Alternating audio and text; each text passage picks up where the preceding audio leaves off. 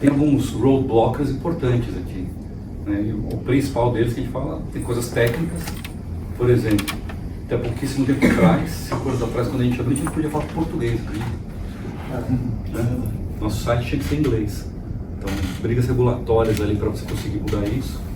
Até dezembro do ano passado, né, e agora, semana passada com a publicação no Lima, a gente não podia recomendar de forma aberta investimento offshore para clientes que eram conservadores.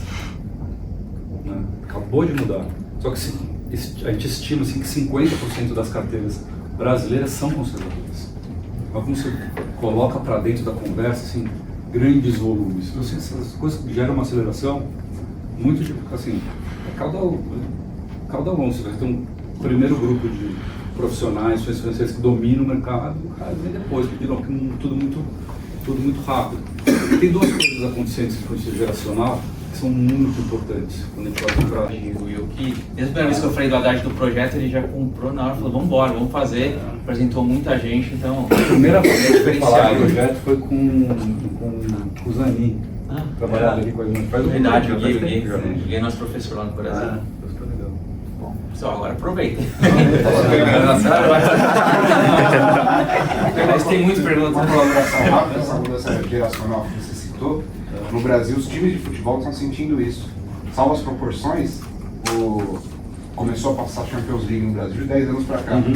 O adolescente não torce mais pro Corinthians, pro Flamengo, ele torce pro Real Madrid. Então, e aí, o Silverman está muito com investimentos. Depois de tantos influenciadores lá, o cara vai comprar a ação da Apple, não é mais a ação da Apple. Já encostou em petróleo. Então, faz todo sentido. Qual que é o próximo passo para a gente avançar no mercado brasileiro? Eu acredito muito que a educação e a informação precisa chegar aqui em casa, mas a tua visão, o que a gente precisa para trazer mais clientes, para conscientizar mais o brasileiro dessa necessidade? Eu acho que a jornada é muito parecida, na sua estrutura, ela é muito parecida com aquele dogma do cara parar de investir em poupança e CDB só para outros produtos. Por quê?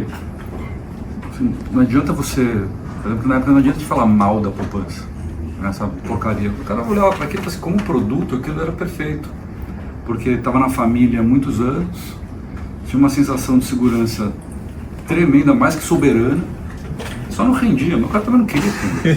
Só não tem jeito, né? Só que alguma coisa estava incomodando a turma lá. Mas, pô, eu vi isso, eu guardo dinheiro, eu vi isso aqui, vou no banco, tem alguma coisa me incomodando que eu acho que eu posso investir melhor. Né? E aí acho que veio aqui esse processo da... O centro aqui, nós aqui somos advisors e temos clientes, né? E a gente sempre busca o melhor para eles. Né? Eu conheço bem a Avenue, mas eu gostaria de falar talvez em nome de todos. Como a gente gosta de apresentar o que é melhor, fala os números da Avenue em termos de AUC, Não, assim, em termos de mercado brasileiro, em termos de mercado americano. É muito dominante ainda. Né? Ainda mais porque tem o Itaú atrás, que são números de conglomerados. Assim. A gente ainda não abre os nossos números, mas já é mais 1 milhão de clientes. Né? E a diferença é, no começo da Avenue, a gente tinha um público que vinha lá com $5 mil para colocar de primeiro ticket. É bem pequenininho, jovem. Esse negócio mudou assim nos últimos 3 anos, algo para o vinho. O que é o público-alvo hoje? O cara que, na sua grande maioria, a moda, assim, o que mais vem com os primeiros aportes entre 60 e 100 mil dólares. Né? Os tickets médios subindo. Porque antes você conversava com o cliente, você fala assim, cara, por que você quer investir fora? Para comprar a ação da Apple. Então o cara vinha lá com, o portfólio dele tem 5% de equity, ele ia lá com metade disso e brincava ali, experimentava. O BDR nunca foi muito uma ameaça, que assim, a gente sempre foi maior do que o BDR. Aliás, quando a primeira vez que a gente publicou o número de BDR, quando a B3 falou, tem X bi de BDR, a gente chama mais que o dobro. Né? Porque a gente vai estar com payroll na cabeça, PMI na cabeça, entre diversas outros dados importantes que pra a gente vai ouvir, já é natural. E aí esse social knowledge a gente vai acabar incorporando e repassando, né, para os investidores. Você viu que ele entregou a idade de muita gente. Não, e é Caio, né, seu nome? Eu sou velho, né, então eu não consigo ouvir. Ô, Caio, o que você falou, cara, faz todo sentido. E olha que interessante, né? A gente não pode achar que o Brasil é uma ilha, né? Assim, o nível de juros do Brasil é impactado pelo nível de juros aqui. Né? Então, assim, se o Brasil é impactado pelo nível de juros aqui, ele é impactado pelo payroll. O Brasil é impactado pelo payroll dos Estados Unidos, sabe? Assim, então, assim, o fato de você estar inserido no mercado americano faz você ser o melhor assessor brasileiro também, né? Dificuldade, o Itaú fez o Itaú Private lá, que eu até falei com vocês, aquela inflação da alta renda, uma tentativa e tal, mas vai ficar bem legal esse tipo de ideia que ajuda a massificar a ideia das maletas, do Haddad, essas coisas simples, anedóticas, ajuda o cara a entender, a cair a ficha, né? Como eu dizia no passado, ninguém não tem mais ficha. Hoje não tem. Vou ter que começar a explicar essa expressão. A gente já sabe que você é das antigas. Feitosa nem conhece. Quem aqui nunca viu a nota de $20 que eu carrego comigo? Todo mundo já viu ou não? Essa ideia foi de um cliente, por exemplo, lembra? Lá em Aracaju. Tava eu e Feitosa lá em Aracaju, o cliente me chamou no canto depois, até respondendo a sua pergunta, de que o dólar varia, o real varia, o que é arriscado, etc. Eu tenho sempre uma nota comigo, ó, de $20. E aí eu pergunto, você sabe, se eu for aqui no boteco aqui em São Paulo, Ribeirão Preto, qualquer lugar, Vassouras, enfim, Vitória da Conquista, e chegar pro cara e falar assim, fulano, eu esqueci minha carteira, sabe o que é isso? O cara vai saber, lógico, eu sei, $20. E eu vou conseguir pagar o que eu tenho lá. Se eu for na China, na Rússia, na Coreia, qualquer lugar do mundo, eu consigo pagar com isso. E aí, olha quando essa nota foi emitida. 1934. Nossa. Alguém lembra qual era a moeda brasileira em 1934? Réis. De lá pra cá foram 10 moedas. Réis, cruzeiro, cruzeiro novo, cruzeiro, cruzado, cruzado novo, cruzeiro real, cruzeiro, real. A gente que agradece demais o espaço de vocês, que a gente sabe que a vida de vocês todos é bem corrida e vocês reservaram esse tempo aqui pra gente, para conversar com os alunos que são sedentes por conteúdo, por crescimento. Então tenho certeza que eles vão levar a mensagem de vocês para muita gente. Então, obrigado pelas portas que vocês abriram desde o início. Desde a primeira vez que eu contei o projeto, eles foram muito entusiastas do projeto. A gente, então, vamos lá, vamos contar o projeto. E aí vocês trazem cada agenda e falam, não, vai dar certo, precisa. Então pra gente é muito importante isso. E agora tá de pé, MBA saiu, primeira turma da imersão. E era agradecer o Will também, não pode deixar de falar toda semana ali, a cada 15 dias com a gente, aguentando pergunta não tão inteligente. Não, eu vou dizer o seguinte, né, assim, para quem é velho, que nem eu, né, há 20 anos atrás, a vantagem competitiva de qualquer pessoa era o acesso à informação. Assim, para quem não lembra, você tinha enciclopédia, a famosa Barça, o livro vermelho, etc. E tal. Se você tivesse acesso à informação, você já estava 10 passos na frente de qualquer pessoa. Hoje em dia, o acesso à informação qualquer um tem. Né? Então, hoje em dia, a vantagem competitiva é você ter acesso à informação filtrada, né? Como se tivesse um bombeiro com uma mangueira de água na tua boca e alguém chega e não, toma esse copo aqui. Né? E acho que o fato de vocês estarem na Yomi Banco é exatamente isso. Vocês têm um copo d'água, então assim, vocês já estão a 10 passos na frente de muita gente. Assim. Parabéns a todos vocês que buscaram isso, né? É um esforço para todos nós de estar se atualizando, etc. Tal. E como eu falei, alguma hora esse negócio ele acontece, né? Ele tem o retorno na frente. Então assim, vocês estão super bem aí para a tua pergunta, enfim, vocês estão a 10 passos na frente de muita gente. Vocês estão de parabéns, pessoal. Você conta muito com a gente, viu, pessoal? Finalizamos a primeira visita do segundo dia de imersão aqui em Miami com os nossos alunos, aqui ó, na Avenue. E trouxemos pessoas muito importantes. Roberto Lee, fundador da Avenue, contou muito sobre todo o início, como foi a operação e a importância do internacional. Daniel Haddad, Will Castro, Lucas Feitosa, que eu acompanhava os conteúdos dele lá de 2019, trouxemos aqui para os nossos alunos. Então, vou deixar vocês aqui um pouquinho com toda a trajetória do vídeo e depois partiu a segunda visita na Franklin Templeton.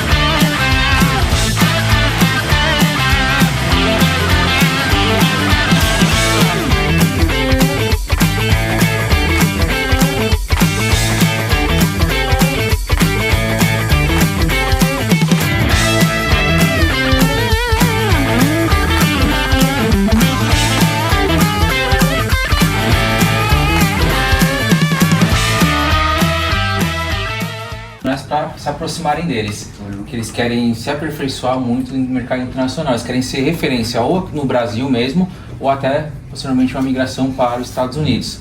Então eles vão levar a mensagem e vão ser referência para todo mundo lá no Brasil, então vão vender muito Frank. A ideia é essa.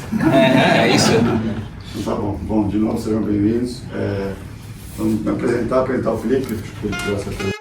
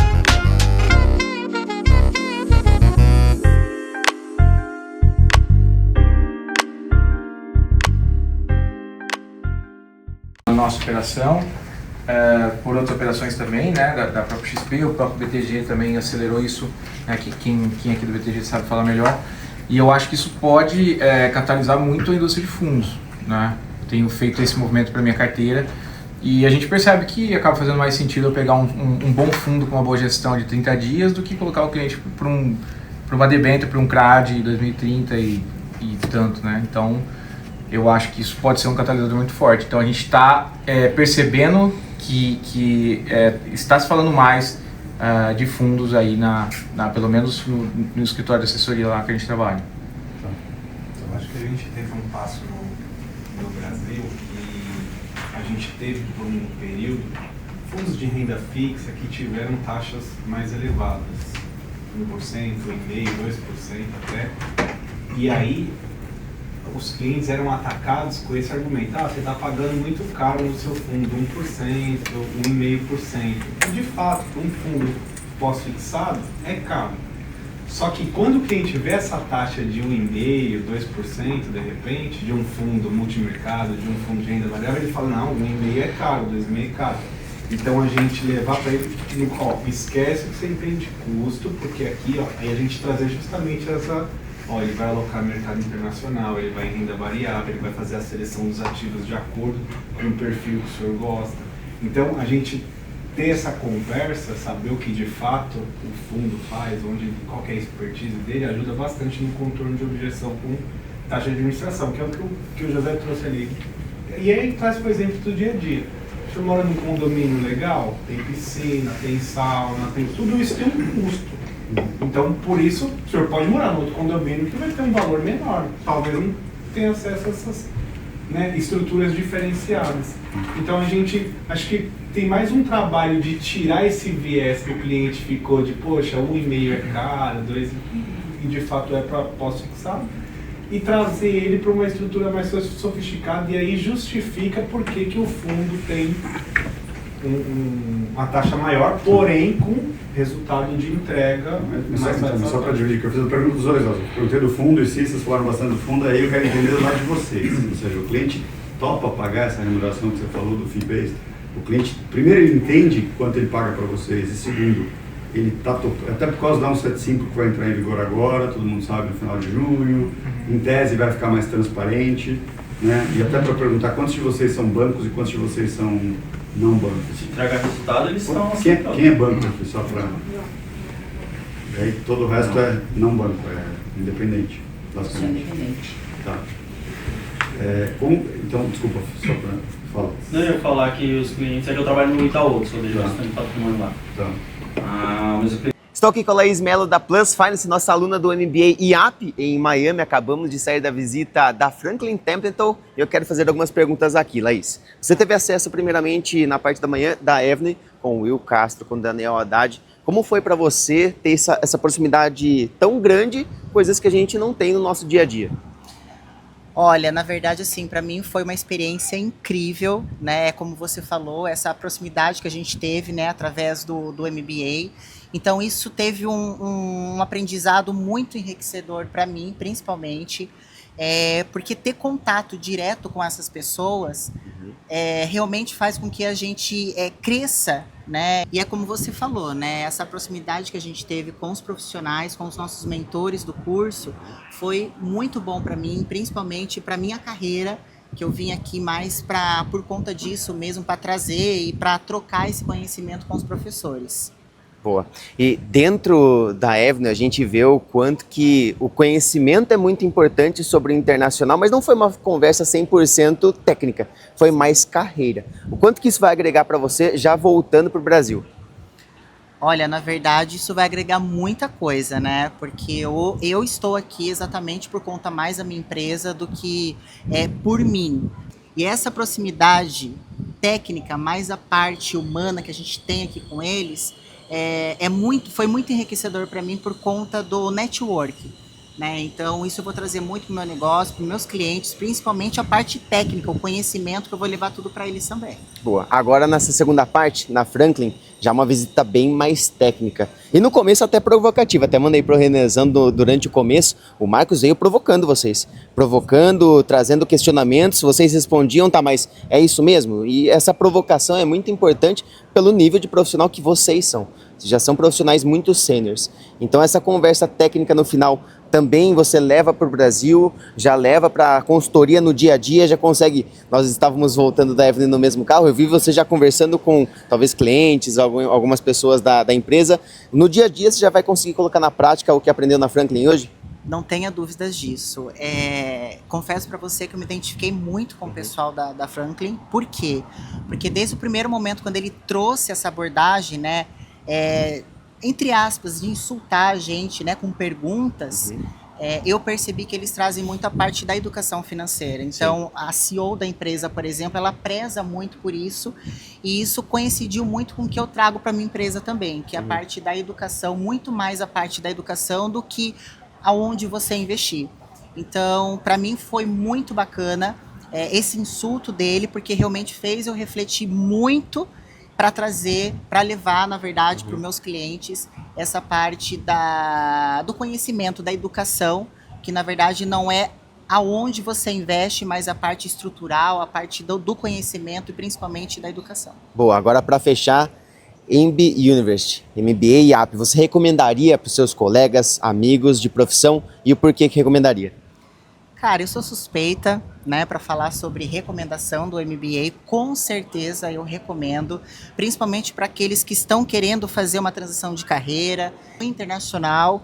E agora acho que a moda, né, vamos dizer assim, é essa. Então a gente, por ser a primeira turma, a gente já está preparado, porque também o mercado já está se preparando para recepcionar a gente que já está nesse mercado, principalmente pelo todo o conteúdo do MBA que a gente está tendo, né? Então, para mim está sendo maravilhoso. Obrigado, Laís. Se prepara que amanhã tem mais 2 visitas. Combinado? Combinado. Arrasou. Boa, valeu. Falou. Ó, a galera toda ali atrás, a gente já vai voltar pro hotel agora daqui a pouquinho. Saímos agora de um dos prédios aqui dessa rua que é sensacional em Brick. Eu vou mostrar um pouquinho mais para vocês. Hoje pela manhã a gente foi na Avenue, como vocês devem ter visto aí pelo vlog. E agora saímos de uma das principais assets aqui, gestoras do mundo, que é a Franklin. Então um conteúdo bem mais denso, bem mais técnico, mas a galera pirou. E o principal, network. Então vou filmar um pouquinho aqui para vocês acompanharem também. Aqui ó, parte da rua. Isso aqui é surreal. Como se fosse o centro de fato financeiro aqui de Miami. Aqui a galera fazendo live, ó, o Brunão. Tem mais macro também, para que eles possam gerar mais valor para os clientes. No final do dia, esse é o ponto. Conteúdo rolando, Instagram. Muito mais valor para os clientes do que quem não está. Eles falaram que a nossa operação muito com o University. Aí nosso hotel é por aqui. e aqui já tem várias instituições financeiras.